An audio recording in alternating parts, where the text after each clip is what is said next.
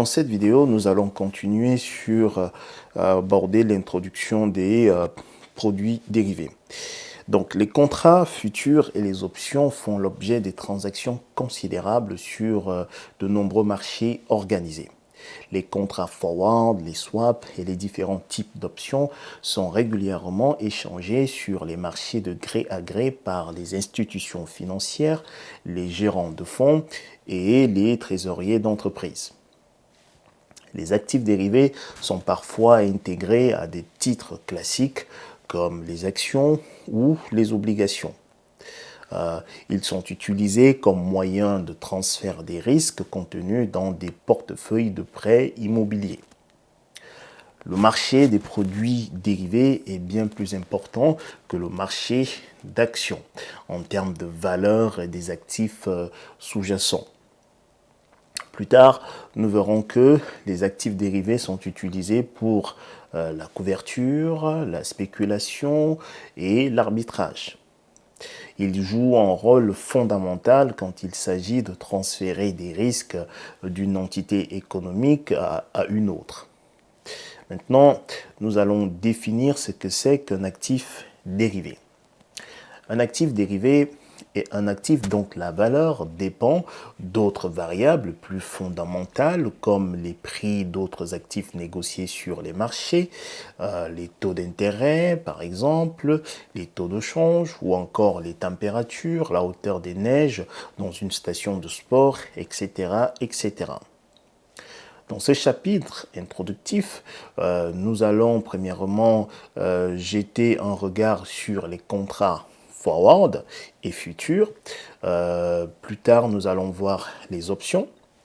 Nous verrons également comment les produits dérivés sont utilisés pour la couverture, la spéculation ou l'arbitrage. Tous ces points effleurés ici seront approfondis et développés dans des prochaines vidéos. Maintenant, nous allons voir les différents types de marchés qui existent. Donc, le premier marché que nous allons voir, ce sont les marchés organisés. C'est quoi un marché organisé? Un marché organisé d'actifs dérivés est un marché sur lequel sont échangés des contrats standardisés élaborés par les autorités de marché. Eurex est l'un des acteurs essentiels dans la négociation des produits dérivés. En France, par exemple, les options sont échangées sur Euronext. Le deuxième marché que nous allons voir, c'est le marché à la CRI.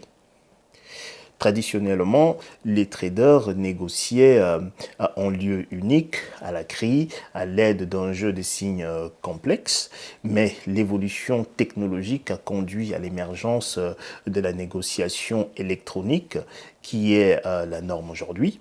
Les traders passent directement par ordinateur des ordres et ces ordres-là sont transférés sur un système central qui apparie acheteurs et vendeurs. Donc, les marchés à la CRI ont été progressivement remplacés par le trading électronique.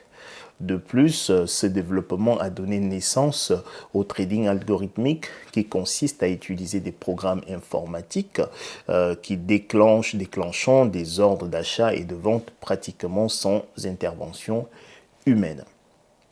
Le dernier marché que nous allons voir, c'est le marché de gré à gré. Donc, le marché de gré à gré est aussi appelé OTC pour Over the Counter. Dans le marché OTC, les échanges sont conclus par téléphone ou par intermédiaire des réseaux informatiques entre deux institutions financières ou entre une institution et l'un de ses clients. Ces institutions jouent souvent le rôle de teneurs de marché ou market makers pour les produits les plus courants, c'est-à-dire qu'elles cotent des prix auxquels elles sont prêtes à acheter et les prix auxquels elles acceptent de vendre. Très bien. Il faut noter que les conversations électroniques sont enregistrées sur les marchés OTC pour régler des litiges éventuels. Donc, la différence entre un marché OTC et un marché organisé est le suivant. Donc, l'avantage essentiel du marché OTC est la possibilité de trader des produits sur mesure. La contrepartie étant qu'une des deux parties puisse faire défaut. Les marchés organisés ont en revanche défini des règles de fonctionnement qui rendent ce type de défaut pratiquement nul. Maintenant, nous allons voir les différents types d'actifs dérivés. Donc, nous allons commencer par les contrats forward. Un contrat forward est un actif dérivé. C'est un engagement ferme à acheter ou à vendre un actif appelé sous-jacent à une date future pour un prix convenu. Le forward se distingue d'un contrat au comptant. Donc le contrat au comptant, c'est un spot, donc lequel en fait la transaction est réalisée immédiatement. Un contrat forward est échangé sur un marché OTC, le plus souvent entre deux établissements financiers ou entre un établissement financier et un client. La partie qui s'engage à acheter l'actif prend une position dite longue, alors que celle qui s'engage à vendre prend une position dite courte. Les contrats forward sont très prisés sur les marchés de change. Voyons voir maintenant les contrats futurs. Un contrat futur est comme un contrat forward. C'est un accord entre deux parties pour acheter ou vendre un actif donné à une date future pour un prix convenu. Contrairement au forward, les contrats futurs sont négociés sur les marchés organisés. Les autorités de marché définissent des contrats standardisés pour assurer la liquidité. Comme dans ce cas, les deux parties prenantes d'un contrat futur ne se connaissent pas, il existe un mécanisme qui permet d'assurer à l'acheteur et au vendeur la bonne fin des opérations. Maintenant, voyons ce que sont les options. La majorité des options négociées sur les marchés organisés sont aujourd'hui de type américain. Il en existe deux types. Une option d'achat appelée call donne le droit à son détenteur d'acheter une certaine quantité d'un actif sous-jacent à une date future donnée et à un prix convenu. Une option de vente, put, donne le droit à son détenteur de vendre une certaine quantité d'actifs sous-jacents à une date future et à un prix convenu. Ce prix est appelé le prix d'exercice ou strike. La date maximale à laquelle le droit peut être exercé est la date d'échéance. Si l'exercice peut survenir à tout moment jusqu'à la fin d'échéance, l'option est dite américaine. En revanche, si l'option ne peut être exercée qu'à la date d'échéance, elle est dite européenne. Il faut noter que la plupart des options négociées sur les marchés sont de type américain. L'option donne à son détenteur le droit et non l'obligation d'acheter ou de vendre. C'est ce qui distingue de manière fondamentale les options des contrats forward ou futurs. Cela signifie que s'il ne coûte rien de prendre position pour un contrat futur, il y a un coût initial à l'acquisition d'un contrat d'option. Il faut noter qu'il y a 4 positions de base sur un marché d'options.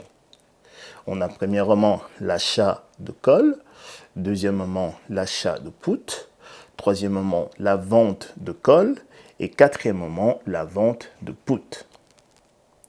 Comme pour les contrats futurs, les expressions position longue pour les acheteurs et position courte pour les vendeurs équivaut pour les options. Maintenant, voyons voir les différents intervenants sur les marchés. On distingue 3 catégories d'intervenants. Les opérateurs en couverture, ou encore appelés les hedgers, les spéculateurs et les arbitragistes. Les hedgers utilisent les contrats forward, les futurs ou les options pour réduire leur exposition au risque de variation de la valeur de l'actif sous-jacent à ces contrats. Les spéculateurs, quant à eux, prennent des positions qui sont des paris sur l'évolution future des sous-jacents. Les arbitragistes cherchent à profiter, prenant position sur plusieurs contrats ou actifs, des incohérences momentanées dans les cotations. Dans les prochaines vidéos, nous allons examiner les activités de ces trois catégories d'intervenants. Merci à tous. Si le contenu de cette vidéo vous a plu, n'oubliez pas de vous abonner et nous nous retrouvons à la prochaine vidéo.